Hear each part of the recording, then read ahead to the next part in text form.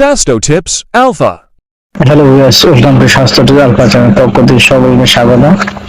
আজকে আমি আপনাদের সাথে আলোচনা করব ডক্সি ক্যাপসুল সম্পর্কে, এবং এই ডক্সি ক্যাপসুল সম্পর্কে আপনাদের জানাবো যে এই মেডিসিন কি, এই মেডিসিন কি কি কাজ করে এবং এই মেডিসিন কি পরিমাণে খাওয়া যেতে পারে, ঠিক আছে, এবং এই মেডিসিনের সাইড পার্শ্ব প্রতিক্রিয়া আছে কিনা, প্রাপ্তবয়স্করা বা কারা খেতে পারবেন না, এই সম্পূর্ণ তথ্যগুলো আজকে তারা খেতে পারবে না, এই সবগুলো সম্পর্কে বিস্তারিত আপনাদেরকে জানিয়ে দিব। তো সম্পূর্ণ ভিডিও দেখবেন, আশা করি ভিডিওটি আপনাদের প্রয়োজন হবে, বা ভিডিওটি দেখে আপনাদের যদি উপকার হয়ে যায় তাহলে অবশ্যই একটি লাইক দিয়ে দেবেন এবং আমাদের চ্যানেলের সাথে থাকুন। তো চলুন প্রথমে আমরা মেডিসিন সম্পর্কে জানিয়ে দিই।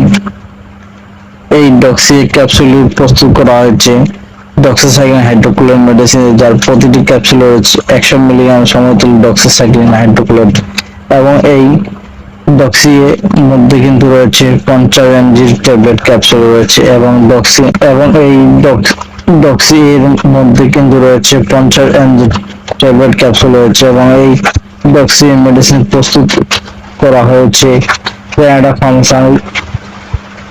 ফার্মাসিউটিক্যাল লিমিটেড, এবং এই ডক্সি এর এক পাতা মূল্য পড়বে আপনার 22 টাকা। এটা আপনার যে কোনো ফার্মেসিতে পেয়ে, এবং আপনাদেরকে জানিয়ে দিই যে এই মেডিসিনটি কি সমস্যার জন্য আপনারা খেতে পারবেন, তা কি কি কাজ করে। প্রথমত এই ডক্সি 100 ক্যাপসুলটা আপনারা কোন করে সমস্যার জন্য খেতে পারবেন।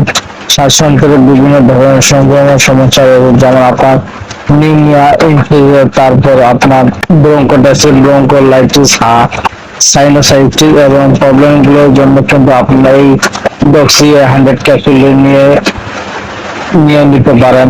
ভিতরে যদি আপনার মূত্র যন্ত্রণার সংক্রমণ হয়, বা গনোরিয়া বা সিফিলিস সংক্রমণ হয়, এই সময় সমস্যার জন্য আপনারা এই ডক্সি ক্যাপসুল খেতে পারেন।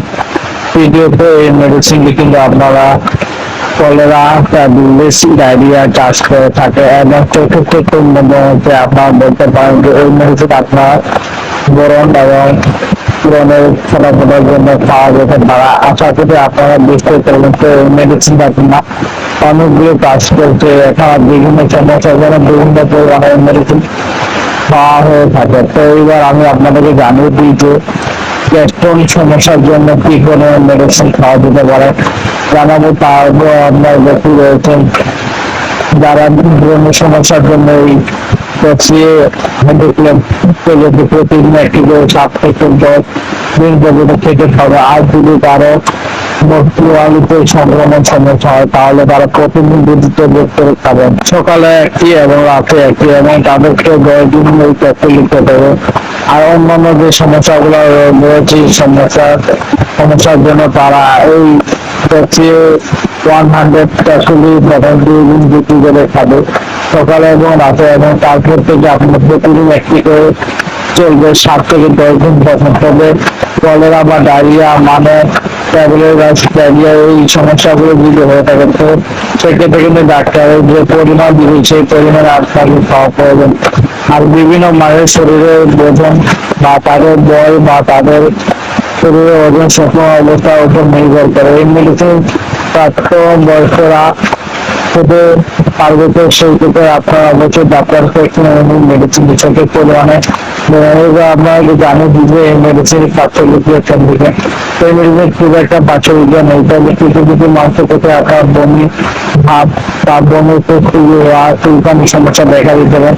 তো এইগুলো খুব একটা দেখা যায় না, কম সময় মাংস থেকে দেখা যায়। আর এই মেডিসিনটির সাথে একটি কিছু মেডিসিন রয়েছে যেগুলো আপনারা একসাথে গ্রহণ করবেন। আর যদি আপনার চেতন হয়ে এবং 2-3 দিন বা বিফল রেখে তার মেডিসিনটি গ্রহণ করবেন। তো আমি আপনাদেরকে মেডিসিনগুলো বলি, যেমন আপনার অ্যালুমিনিয়াম, ক্যালসিয়াম বা ম্যাগনেসিয়াম জাতীয় অ্যান্টাসিড যে মেডিসিনগুলো রয়েছে সেগুলো এই ডক্সি